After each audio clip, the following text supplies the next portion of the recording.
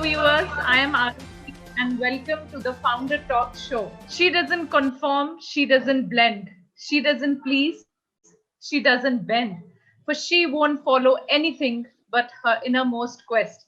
These are the lines basically stolen off from Prerna Singh's Just Prerna website, and it goes with the theme of this show. So I thought, why not? So, as I just mentioned, today we have Prerna Singh is the founder of Just Prerna. She is from the prestigious Indian Institute of Crafts and Design and has worked with the potter communities extensively before she ventured into her jewelry business.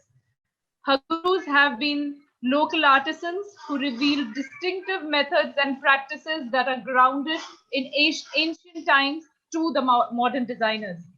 Each of a piece is handcrafted and carefully designed, keeping aesthetics and sensibilities in mind.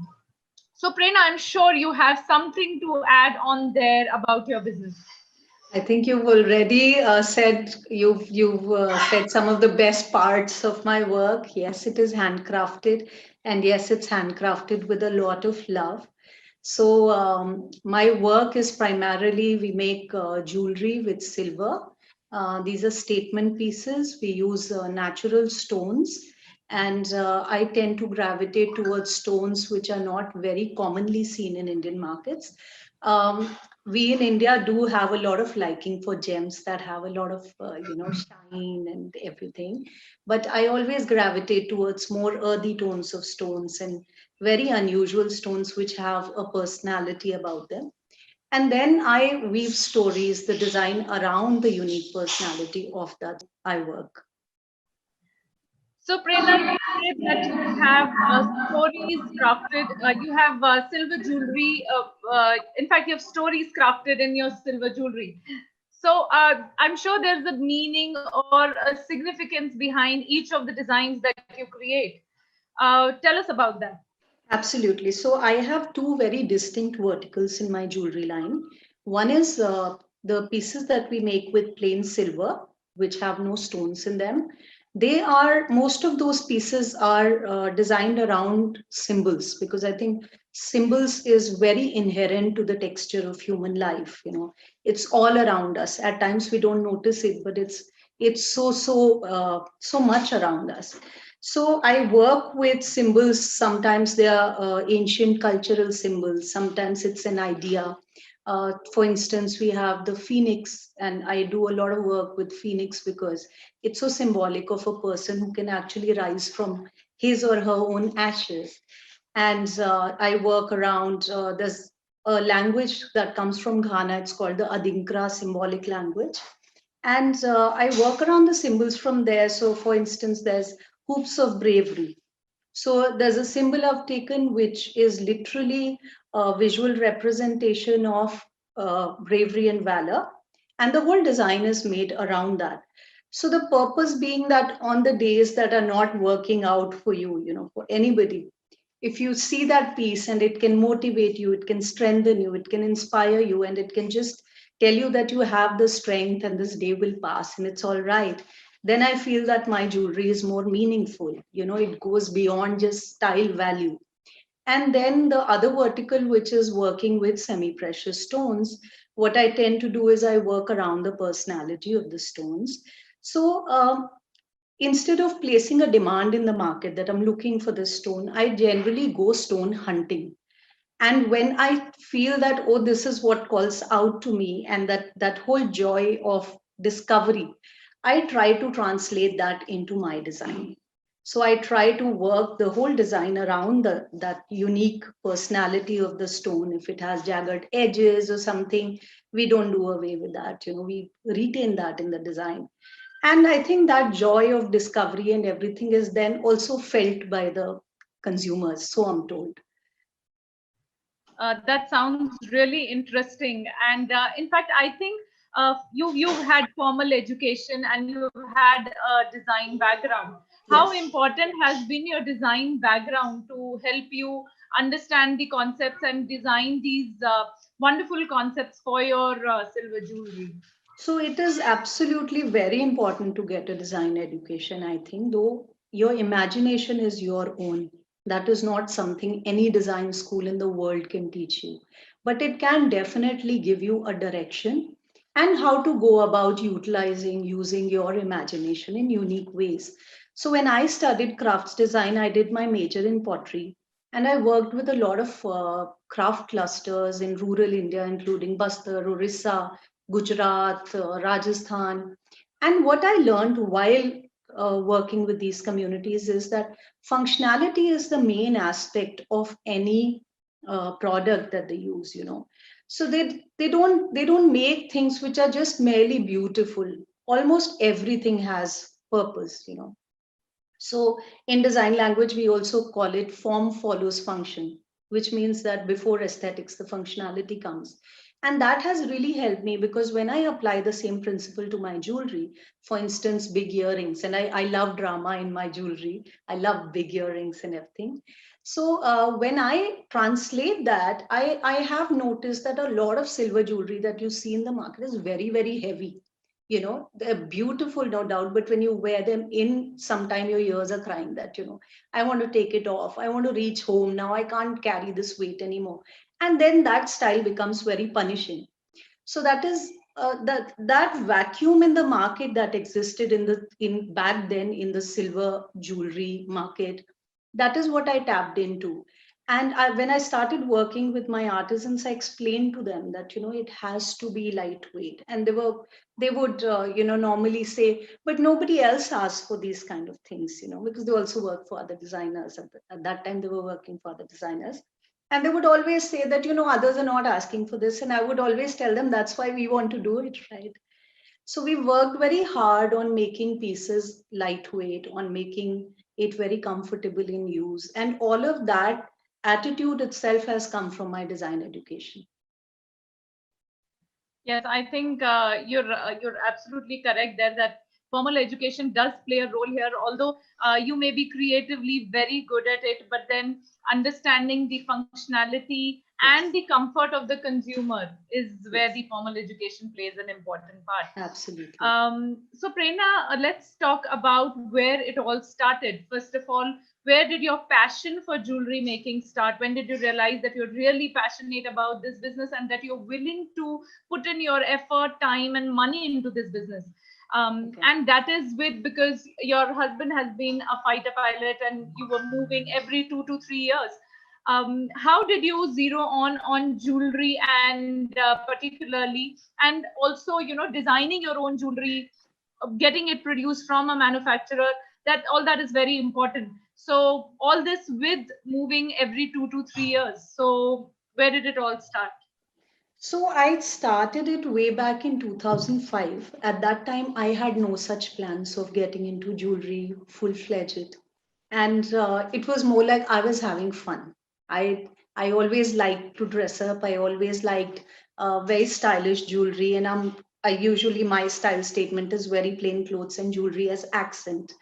So I always used to wear things like that. And, you know, I also realized that, you know, heavy jewelry is a problem and everything. So I put together a very small collection in 2005. And I did a little home show in Delhi. And the collection sold out. It did very, very well. And even at that time, I'd not thought that I'd go like very far in this journey because, as I said, I was having fun. And it was the commercial aspect never drove me. It still doesn't drive me. So I anyway just carried on. In 2007 January, I got married, and then I moved base from there to various stations every year. And work just temporarily shut down. And I didn't miss it for a while, you know, when I was newly married.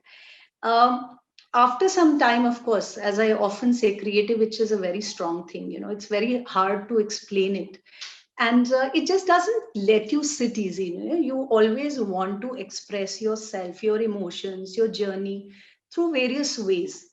And that's when I realized that, you know, I want to do something. Let's do this. Let's put together another collection.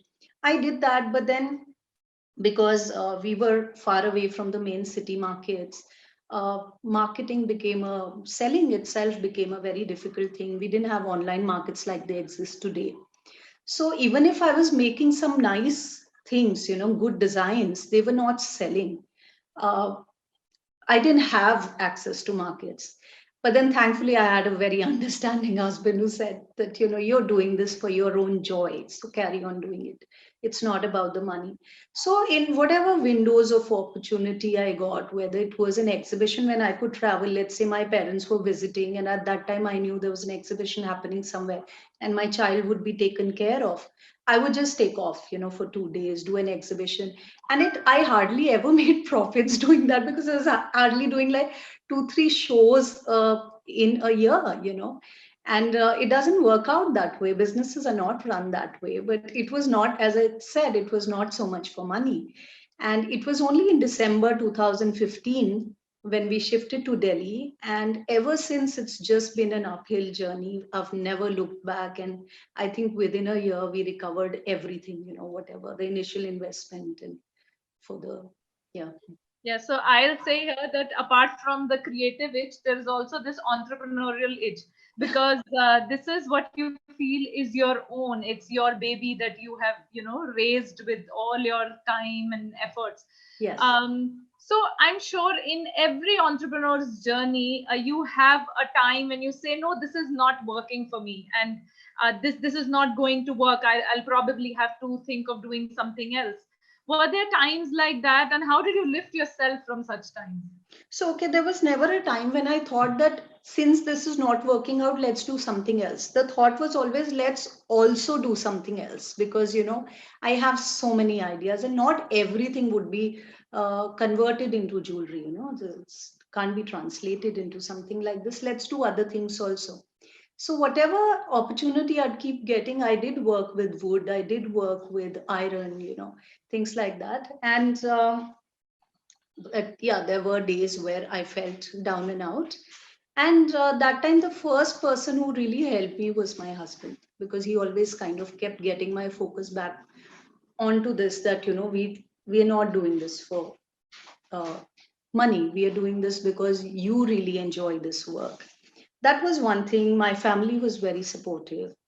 The other thing is that a lot of my friends really invested in my work and really believed right from the start, even before I'd proven myself, that I have something different to offer.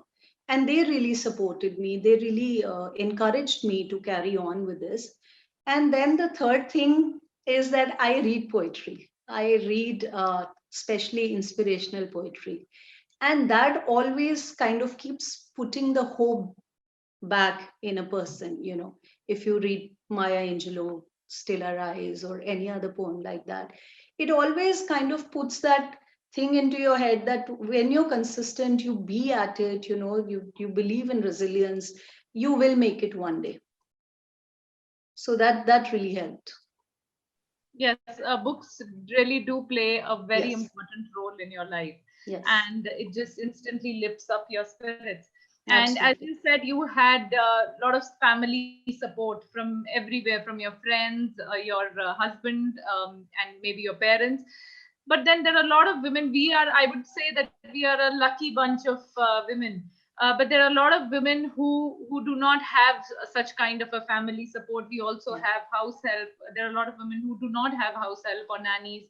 So, what do you think? What are your thoughts on how important is support for a woman to pursue her ambitions, and especially as an entrepreneur, because there is no time. I mean, you are working 24/7. There are no off days.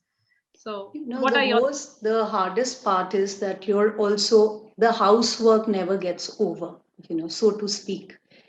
There can't be a moment where you say everything in my house is now taken care of and now my work time begins. So everyone has to find that balance, and family support is something it's so important. Uh, Parenting comes with its own share of guilt, I would say, and more so for a woman. I don't know why, but it's like that. If we are not available to our child for whatever time, we always tend, a part of us is always guilty and we feel no, we should be there. That time an understanding partner can really chip in, and then you can really concentrate on your work. So I think for women who do not have family support and everything, first thing is to sensitize your family. The first thing is to actually invest in that, time in that, having that dialogue and making the family understand that you're setting out on a new journey. they also have to make adjustments. It's not your journey alone. They have to understand that they need to chip in more into whether it's housework or whether it's looking after the kids and everything. And finally, I think most importantly, a woman has to attach more value to her own work.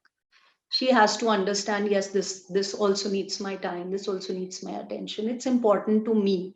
And then that is when everybody around you also starts taking it a little more seriously. So I think as women we should become more demanding. Yes, I think it is very important, even when most of us are working from home. So there are no office hours as such, but it is very important to establish those, clear guidelines at home, Yes, and compartmentalize and schedule your work. And absolutely. you cannot be always focused on both the things at the same time. Yeah. What do you think is the true power of a woman, Prerna? I think true power of a woman is actually she is made that way that she can do so many things at the same time and do it with ease. And I think also, uh, I think a woman by nature is very sincere in her relationships, within her family, with the friends. She can bring this whole aspect, she brings this aspect to a business, which is softer skills, which is more, personal touch and things like that. I think that is where a power of a woman lies. And also for somebody for who it's a challenging journey. Sometimes challenges themselves just turn around and energize you. If you have this so to call zid to prove yourself, it just starts energizing you. True. Uh, Prerna, I have seen that you have a very different marketing strategy. You are not really into online selling. What is the idea behind that? So one thing is that I do really enjoy meeting people. My best sales happen in exhibitions because that is where people can actually try the products and be convinced. And wear the, let's say, a long earring. When they wear it, they realize that it's not heavy, and that is something that needs a personal experience. So once they have become clients at an exhibition, once they've bought and they've understood that this is comfortable jewelry, then they're comfortable buying it online also. We do have online presence, but I still prefer going offline, meeting people personally, doing exhibitions. That is the that is what I think. Also, this whole thing of meeting people, getting immediate feedback, their whole joy, their sense of discovery, all of those things, they just kind of energize me further, which I think in online space, it doesn't happen. It's a very impersonal space. It's great for business. During COVID times, it's looked after our businesses. I have nothing to complain about that. It's a great place. But for somebody who's looking for a personal touch and that high when you see people flocking your stall, that doesn't happen online. And in fact, you also have some very loyal customers who've always been buying from you. Once they buy from you, they I keep do. on buying from you. I Yes. think that is the connection that you develop with your customers in an offline selling. Yes. What makes your jewelry unique? There are many things, I think, many things that are packed into one. One thing is my jewelry is not loud. It's made for a woman who's 35 plus. It doesn't mean that, younger women don't buy it or something, but that is my target segment. So my jewelry is very understated. It never looks loud. That is one aspect of it. The other aspect is meaning in jewelry, that it is meant to empower you. It is meant to uh, energize you on the days when you're not feeling so good. And then the other aspect is functionality, of course. So I think all of these things put together. So we've done things like in silver, we've done matte finishes. And I know that they are common today, but back then when I did them, they were not a common thing at all. I still remember releasing the first collection of matte, muted tones of silver jewelry in Dastakar in Delhi. And I remember people just said it looks so beautiful without the polish that, why do people polish it? So it's that whole fresh take on how you want to present a piece also. And I think since I haven't had a formal jewelry education, I've had a design education rather, and I could work with different materials, it definitely helps. What are the future plans of expansion? How do you see yourself in another 5 or 10 years? So now we are definitely looking at some fresh collaborations. Just Prerna has already been in around 10 stores around the country, in Delhi and Bombay and Goa and Pune and Chennai and Kochi. And now we are looking at rebuilding all of those, restocking at these stores. We're also looking at expanding more of online space because the demand is increasing. And then I'm looking at exports very actively because there's a lot of demand from abroad. And right now I'm unable to cater to it because I'm a one woman army at the moment. And when things are better, I'm looking at making a team and getting into active exports as well. So I'm sure a lot of women watching your interview are now looking at maybe buying your jewelry. How can they approach you? Where can they buy your jewelry? So I have a website called Just Prerna, www.justprerna.com. I have an Instagram account by the same name, Just Prerna. I have Facebook account as well. So they can reach me through any of these mediums, and yeah, that's where they can. So do send us the links over, and then maybe we can link it in the description and people can approach you directly from here. Sure, sure. What is your message for the entrepreneurs, other aspiring women entrepreneurs? I will say, first of all, just be prepared. It's a challenging journey. For me, the challenge was that I never had stability. But it does not mean that if you have stability, all your challenges are taken care of. There would be fresh challenges, some other kind of challenges. So if you don't have that risk taking ability and you're somebody who gets disappointed easily by failures, then entrepreneurship is not for you. You have to understand that you have to take these risks. You have to be prepared that things may not work, or they may not work at a time or in the form that you expect, you know but eventually, if you're true to your journey, if you've decided I'm going to make it work, it will work. So that is my message to everybody. You please be resilient, and please be ready for a bumpy ride if you're going to be an entrepreneur. Yes, in fact, you'll get to hear a lot of no from everywhere. But then, if you see no in the mirror, it is on. So, every time you hear a no, please think that it's game on now, and you have to pull the strings, more than before. Absolutely. I think everything can fuel your journey. For me, like people who believed in my journey, they energized me, and the naysayers energized me even more. So I utilized everything as a fuel. But then it is a frustrating journey as well. So you have to be absolutely very strong-headed and very resolute, and then things do work out. Okay, Prerna, so we won't let you go without telling us what would you like to watch on a channel that covers stories on startups? Because since you're in business, what is it that you would like to watch? I think I would like to hear more and more stories of different startups, especially who've not had it easy. You know, it is somebody who comes with a lot of financial backing. I'll say comparatively, it's slightly easier. Maybe they have other challenges, but somebody who's really crossed the hurdles, really overcome the challenges. That is a story I'd like to watch. Yeah, like there's something on Netflix called Madam CJ Walker. That's a story that I've incredibly enjoyed watching because like there are not many choices, and you're still so resolute that you made it work. And because that is what is we can take away from other people's stories as well. In fact, this reminds me of another movie. I'm forgetting the name. It's the lady who invented the magic mop.